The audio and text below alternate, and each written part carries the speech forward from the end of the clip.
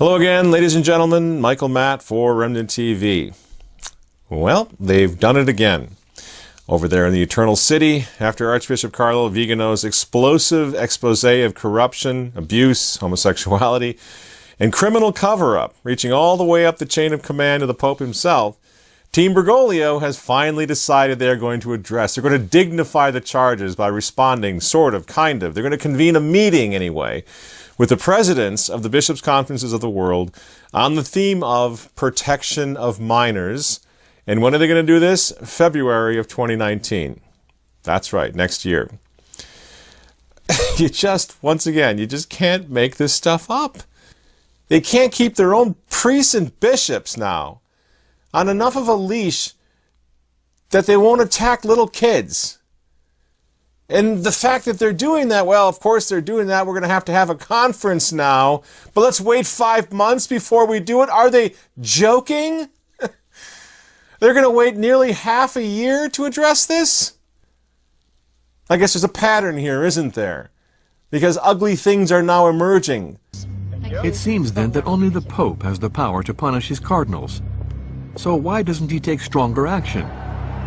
Maybe because he too faced accusations in his homeland of Argentina long before his election. Habemus Papa. When he was Archbishop of Buenos Aires, he apparently tried to have a pedophile priest acquitted.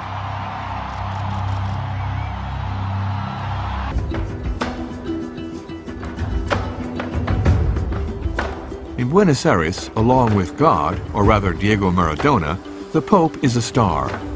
His face is everywhere. And yet, some refuse to share in this iconographic cult. In the city center, we have arranged to meet a group of victims. They were abused by priests in the Archdiocese of Buenos Aires.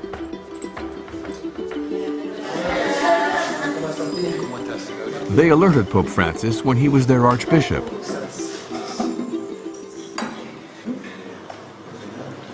El caso de los sacerdotes pedófilos.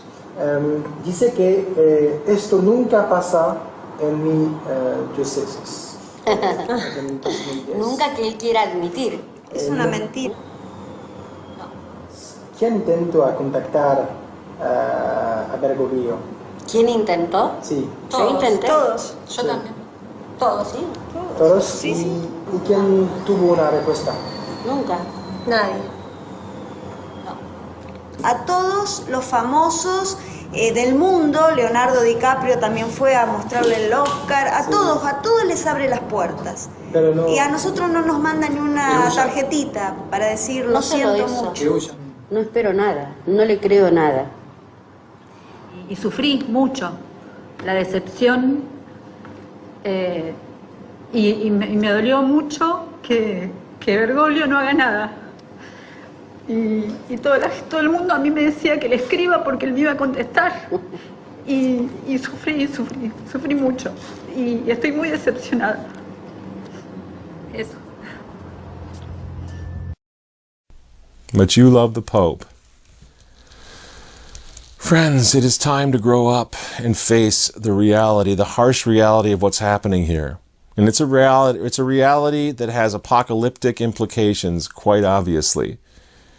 If the hierarchy, specifically Pope Francis, do not comply with Archbishop Vigano, the Catholic Church will not survive this crisis. Again, she will not survive. Not in her human element, certainly not in every country.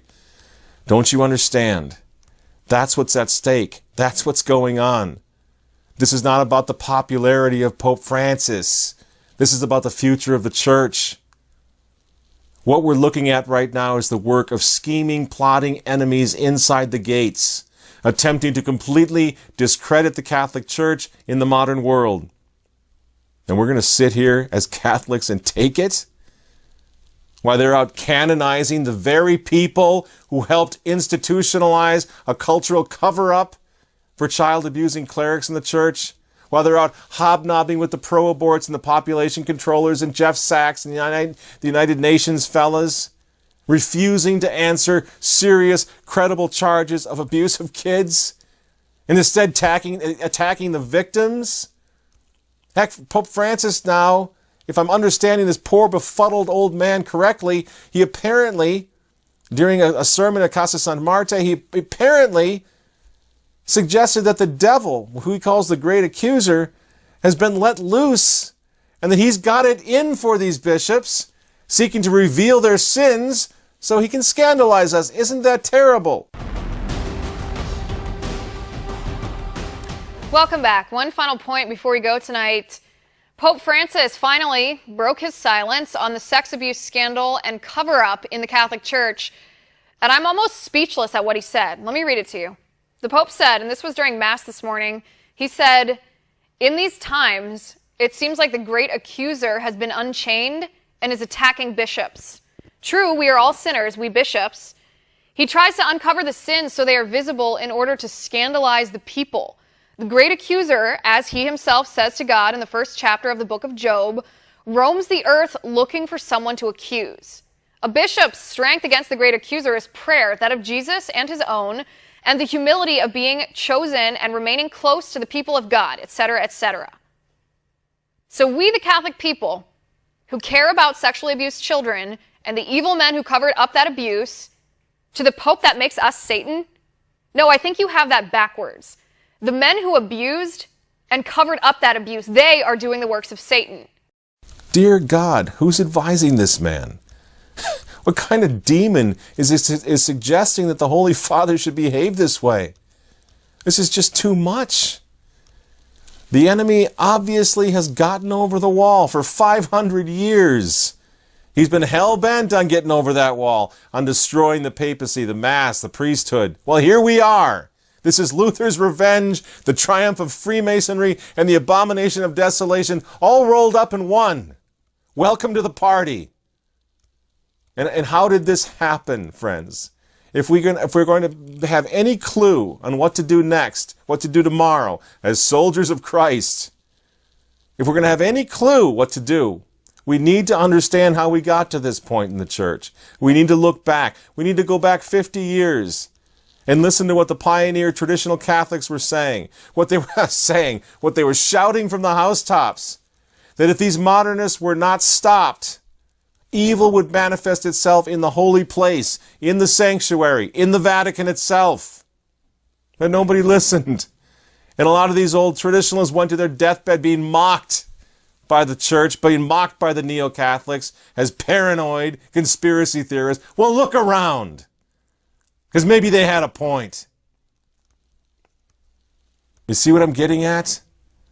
Friends, when you look at your children tonight, when you tuck them into bed, think about what their tomorrow is going to look like if this is allowed to go on. What we're looking at right now is the culmination of all that is the triumph of evil inside the Holy Church. Changes made down over the past 5 decades, changes inside the Catholic Church that have left the Church vulnerable to attack. Remember when John the 23rd threw open the window to the world, he opened the window so that evil could come in. Whether he intended that or not, that's what happened. Evil came in. The fort was compromised by those who should have known better, by those who should have defended her, as John Fisher said. And now we're facing a world without the exorcism, without the priest, without the sacrifice, without the rituals and the prayers and the ancient Catholic Mass, without the ancient sacraments. Everything has been changed, right? Including the sacraments, including the Mass. All those things which were literally fulfilled with exorcisms, protected in the sacred language of Latin, also the terror of demons. All of it's been changed. All of it's been thrown aside. And these things were literally the terror of demons down through the ages. The weapons of spiritual warfare given to us by Christ himself, given to us by Holy Mother the Church. And so the reason the traditionalists resisted the new Mass and the post-conciliar popes was not because they were arrogant and they were more Catholic than the Pope and they knew better than the Church. No, it's because they had done their homework. And they knew from reading Pope Pius X, St. Pius X, the great prophet of the last century. They recognize it as a ceasefire against evil, as hoisting the white flag in the battle against the demons, as a seditious attempt to subvert, undermine, and destroy history's most powerful exorcist, the Holy Catholic Church. Don't you see? This is what it was about. Don't you think that maybe those traditional Catholics might have had a point? Look around you. Millions of human sacrifices of little babies every year. Marriage destroyed, family life destroyed, violence in the streets, chaos, apostasy, civil unrest everywhere. Churches closed, whole orders of nuns disappeared, convents closed, predators in the house of God, child molesters, sodomites in Roman collars, for heaven's sakes. So bad that Our Lady of Fatima saw it coming, and she came down and she tried to intervene. She tried to warn us. And what did these same modernists in charge today and their immediate predecessors do? What did they do? They told her to go to hell. Gee, I wonder why we have problems in the church. All we did was tell the Mother of God to go to hell, and we will not comply. These post-Vatican II churchmen brought this death sentence upon themselves. These modernists brought it upon themselves with their anemic theology and their homo-friendly liturgies. They tore out the altar of sacrifice. They wrecked the priesthood. They trivialized the Roman rite. They abolished the Friday abstinence, the Ember Days. They brought in the altar girls. They brought in the communion in the hand. All of which represents their breaking of the covenant with God. The mighty Catholic Church, which civilized the world, which gave us the greatest civilization in history, just 50 years after Vatican II, can now plausibly be portrayed as an organized crime syndicate, crawling with predators and criminals. Well played, Vatican II. And now the state is just this close to outlawing the Catholic Church altogether from our society. And what do you think that's going to look like? Again, think of your children. What's their future going to look like? What is our future in 10 years? Imagine going to church on a Saturday afternoon to go to confession. Only one little problem. There's no little green light on. There's no line of penitence. There's no priest behind the screen. Imagine going to Sunday Mass, but nobody's there except for a guitar strumming Sister Thelma Lou offering some sort of cockamamie communion service. No priest, no consecration, no Mass. Your mother or your father lying on their deathbed somewhere. You call the parish house, but there's no answer. In a few hours, your mother is going to take her last breath without Holy Viaticum, without the last rites, without absolutions, and again, the demons will laugh because they will have triumphed. You see, friends, this is what we face, and we need to restore a certain sense of urgency and stand up and fight back. This is chastisement. When we can't go to Mass, when we can't go to confession, when we can't get the last rites because the priests have all quit, or they're in jail, or they've been banned, as the Freemasons banned them in Mexico a few years ago, or in France a couple hundred years before that, and now Vatican II, whatever you think, whether it was derailed and co-opted, or whether it was designed from the start to do this, Vatican II has joined that revolutionary effort to remove the Mass, to remove the priesthood from society. Because the churches, since Vatican II, are closing. There's a crisis in vocations. There's a crisis now of clerical sexual abuse. It's over. So what are we still defending Vatican II for? Does anybody know? What has this infernal council done for you lately? Can you name it? Can you name the documents? What about it is so great that bishops and cardinals are going to go to their grave defending this disaster? In heaven's name, why defend that which spawned an evil spirit, even by their own admission, that is now this close to destroying both the papacy and the Catholic Church, and long ago trivialized the Mass? That's turning the priesthood into a gay profession so corrupt that no healthy young man will set foot in a seminary a few years from now. And no, I don't blame the media for any of this. We brought it on ourselves.